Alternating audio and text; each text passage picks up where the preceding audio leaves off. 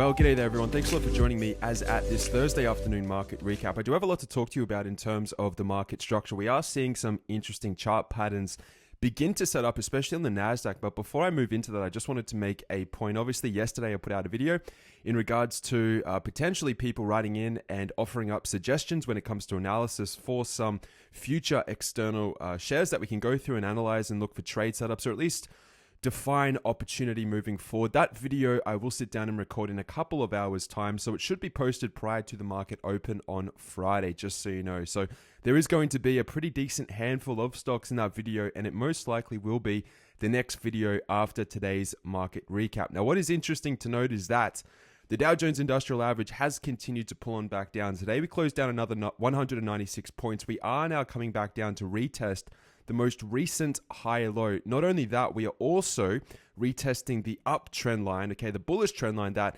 essentially has been holding this market up and propelling it higher since the lows over in this period over here, really towards the beginning of April, where we saw that first thrust off from roughly this 23,750 area. So right now, we are very close to a critical area of support, not only on the Dow Jones Industrial Average, but also on the S&P 500. You can see on my screen right now, it looks as though this market is going to temporarily continue to the downside. This is after today's session where we closed down 17 points. We did see, of course, that white candlestick. This was on Tuesday, right off from this green rectangular box. We more or less closed right at the open of where we were on Tuesday. But this candlestick pattern here, it is very similar to that of an evening star sort of reversal pattern. But, and I say but because in context of this 3-day reversal pattern, we are still trading, or if you are looking at this market bearishly, you are still trading against the trend of the market. You can see for yourself, the exponential moving averages in the past have held up the market. And you can see for yourself too, that this 50 exponential moving average, which is sort of correlating very nicely with the lower area of this green rectangular box, is more or less a defined target moving forward, especially if we see weakness during Friday's session. Now, if this 50 doesn't hold, we can allow, or at least suggest, that the S&P 500 can come on back down to roughly this 2,700 handle. And if it does come down to this area, this takes us back into the narrative, or at least our market address of, well, this could just be simply that next consecutive series of higher lows. And as long as really we don't close below this lower wick over here, this candlestick is taking us back to the 29th of May. Everything is A-OK, really, for the structure of this market moving forward. Now, I understand also that if I bring up these simple moving averages, it does look as though, once again, the 100 and the 200 are very close to this green rectangular box, which is a positive sort of analysis tool really going forward, because in the past, we have, of course, based our primary longs off from the rising 200 simple moving average. So even if it does overshoot 2.7, which at this particular moment, I don't think it is going to, we still have long-term simple moving average support holding up this market moving forward. Now, what is interesting about this is that yesterday being Wednesday, I was very interested by the candlestick. This is another gap to the upside. It is a gap around or very close to an all-time high. It was an all-time high, as at the print, or at least the intraday movements yesterday. But when you see these types of gaps up and around all-time highs, you want to see the markets continue. That's why I was leaving to see what happened during today's session. Now, what we didn't see was that of a continuation to the upside. And really the candlestick that we were left with yesterday was that of a shooting star candlestick. So what I can say right now is, in the past, whenever we have established or at least printed that of a new all-time high on the NASDAQ, and we see these gaps, and these gaps are showing up more and more, okay? They are becoming more commonplace, so to speak. And especially in terms of where we find ourselves with the location and, of course, the engulfing candlestick today, it does suggest, and I will say it does suggest, that we are going to see a pullback in the NASDAQ, and this may be that 1, 2, 3 back test. So if you do see continued weakness in the NASDAQ, it does make sense that we are finally going to see a definitive 1, 2, 3 back test. And that critical area of support, all right, it's either going to come in, if I can bring up my horizontal line, it's going to show up at about 7623. Let me bring up these rising exponential moving averages as well, just so we can really define this quite nicely. And the reason I'm using this figure, just so I can explain to you, is because it was the peak over here in the month of March, all right? We saw the sell-off, we've based, and since then we've been pricing in a series of higher highs and higher lows. But generally what happens, once you break out above a very important macro high, you get the back test of that pivot. And that pivot is either going to come in just here at 7,623, or we are going to see that level crack, and that's going to sort of work in conjunction with this very short-term support area cracking as well, and we are going to see prices on the NASDAQ come back down to 7,500. Now, I am going to step into some individual stocks too, but I just wanted to point out as well, in the past, I have given people, or at least spoken both publicly and privately about the financial sector. This is XLF and potentially a little bit of weakness flowing into this. Really, the first time I spoke about this was during this gap and at least the sell-off down to about 2660. Okay, on the ETF itself, we did establish that of a gap, and what we were looking for potentially was to see whether or not the XLF was really confirming these market breakouts, or at least the push and grind on up high, depending on which market you're looking at. Now, very clearly right now, XLF isn't participating. It's obviously not back above its high in the month of January, or at least the beginning of 2018. It's actually back at the year lows, really. And this is quite interesting because when you look at this type of pattern, we have that of a mix. I mean, this could be interpreted as that of a descending triangle. It can also be interpreted as some form of a symmetrical triangle as well. What you can really take away from this is that we are very close to the apex. And even during today's session of trade, we do have that of a high wave spinning top candlestick. So there is a little bit of indecision. It is a little bit bifurcated at the moment, but a good gauge on the market itself, or at least the importance of the financial sector flowing through to the health and the integrity of the markets as they continue, or at least as the NASDAQ pushes up to its new all-time high, is to make sure and to ensure that we remain above roughly 27, or at least we do not definitively break down below these two lower wicks over here. That's why I've got this sort of insurance policy on my screen coming in at about 26.35. Now, we're just going to have to monitor this, but at the moment we are getting very close to the apex, depending on, of course, whether it's a symmetrical or descending triangle. Doesn't really matter.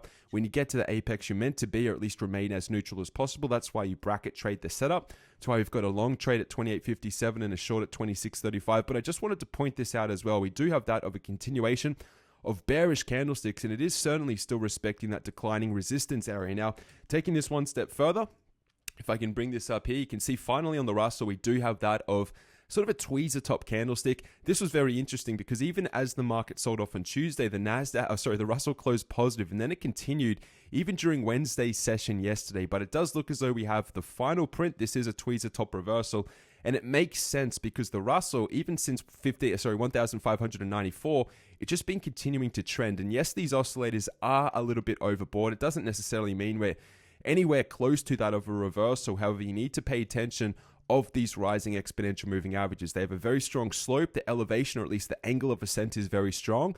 And look, this may be the actual low. I don't think it's going to be on the Russell. I am looking for potentially the Russell to even come down to about 1,628 or even retest this rising 50. But it is getting up very close to our target. And this target is very important because what we've come to, at least in terms of our directional sort of understanding of the market itself, is that we were suggesting that the Russell would come to 1,730, give or take a couple of points. This is the back test going back to the end of the bull market in 2007, 2008.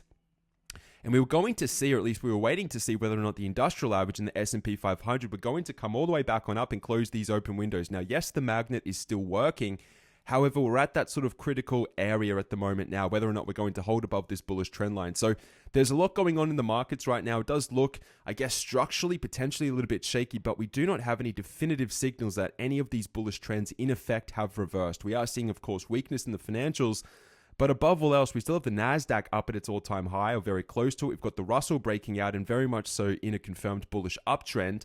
The only things that have me a little bit worried, so to speak, is that of the health of the Dow Jones, the financial sector, and the S&P 500. But the S&P 500 is still holding up at this horizontal area of support at the moment. Time will tell. We'll obviously have to pay attention to what happens on Friday. I can continue this discussion again. Another market, or at least the currency that we've been looking at very closely, is that of the US dollar. We are still trading at this pivot, a very important pivot. This is going to set the tone for GLD moving forward. You can see the number of false breakouts. This is dating back to Tuesday, Wednesday, and of course today on Thursday. We haven't seen a definitive breakout. This is after the little peak over here, taking us back to the end of May. So at the moment, we're sort of in no man's land, or at least we can recognize that we are at a pivot. And it's going to be interesting whether or not we can hold above, or at least close above and continue above 95. At the moment, we're trading at 94.86. If we do see weakness come into the US dollar and we do see it trickle back down to 93.50, well then this pattern right here, or at least this chart construction, is going to look like that of a double top. And that really does indicate weakness moving forward for the US dollar. This is just, of course, hypothetical, or at least speculation at the moment, but we're just going to have to monitor, obviously, the daily movements in the US dollar, because this is a very sort of important point of interest on the chart, and you need to be made very well aware of that. Now, as I recap, of course, the US dollar, let's speak about GLD, because since this gap over here, we have continued to see weakness to the downside. We're trading at 120.05. If I go out to the weekly chart, this is just another decelerating fan line, or at least going off from this little low over here, and not so much taking into consideration these past two series of consecutive higher lows. Now, here we are, and we're still printing, even as at the close on Thursday, potentially that next higher low. You can see over here we closed, or at least we pushed on down to about 118 before we rocketed on up higher. And again, we're at that general vicinity where we should see that of buying pressure begin to show up, if it is going to show up at all. So pretty much we are at a pivot point. The US dollar is sitting at a pivot point. And if this bullish trend is going to continue, this has been in effect since the lows off in the year, really towards the end of 2015 into 2016. This is generally the vicinity, okay, with that bullish trend line where we're going to see such an event take place. Now, I know we're below the exponentials and we are below, of course, the simple moving averages, but in the past, we've broken below these on a number of occasions as well. And when I bring up these oscillating indicators, it really looks as though we've got some very strong bullish divergence under construction as well. Yes, short term, we are under a little bit of weakness with the Stokes and the MACD, but at the same time, the RSI is absolutely hammered. It is as oversold as what we generally see when it comes to GLD. If I zoom out and show you this, you can see for yourself the last time, in fact, that we were this oversold was just before bullish continuation to the upside in the month of December, which transitioned us into, of course, January of this year. If I go back before that, you can see when the RSI dips into such oversold conditions, you see some form of a relief rally. And this is still, I must point out, still a bullish uptrend, even though since, of course, April through to the current juncture, we have been in some form of an intermediate correction. I still assume that the bullish macro trend, or the primary trend, is still to the upside. And that is all going to sort of untangle itself, and we are going to see that of a push to the upside in due course. But pay attention to this pivot here. Pay very close attention to this pivot on GLD. Now, going back into the NASDAQ discussion, you can see that we do have an engulfing candlestick pattern. We have closed the gap, but I am worried about these open windows, because generally, eventually, one of these is going to play out, and it is going to be that of an exhaustion type of gap. I'm not going to speculate that this is an exhaustion gap. We're just going to have to monitor this moving forward. But the reason I say that is because when we look at some of these tech companies, they are relatively weak, so to speak. Apple is still holding up above its support area, which is good. You can see we're still holding up above 183 roughly, or 183. What is it that we're paying attention to? 183.30. But when I start continuing into a bunch of individual trades, you can see for yourself Amazon, shooting star candlestick yesterday being Wednesday, then of course the engulfing candle today. We're still above 1719. We pushed below it intraday today. And it's a good idea that if you are in this trade, to tighten stops on it moving forward. All right, tighten your stops on it moving forward, because we are seeing, of course, signals begin to shift. Boeing Airlines, we're out of this trade prior to it actually reversing. But you can see for yourself, it's under pressure. And on top of that, we're cracking below some of these exponential moving averages, and we're overshooting what we assume to be support areas. So we were talking about, well, we need to wait for some more candlesticks to show up. We want to see whether or not we're getting true legitimate buying pressure around this pivot. It never eventuated. So be it, that's okay. But at the moment, we are seeing that of a correction, or at least a pullback back into lower areas of support. I'm not in any of these stocks bearish, but at the same time, I'm just monitoring the markets and waiting for the right signal to do something. At the moment, you shouldn't be wanting to jump into this market either direction, all right?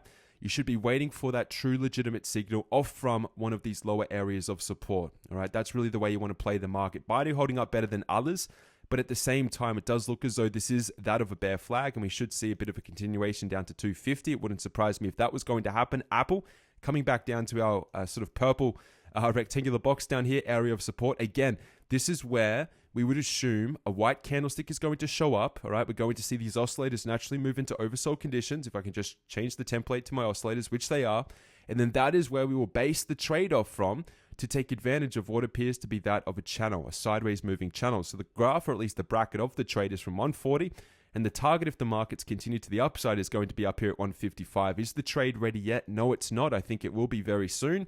But we just need to see some candlesticks, some lower wicks, some wide engulfing candlesticks. Who knows, 3-day reversal patterns to the upside.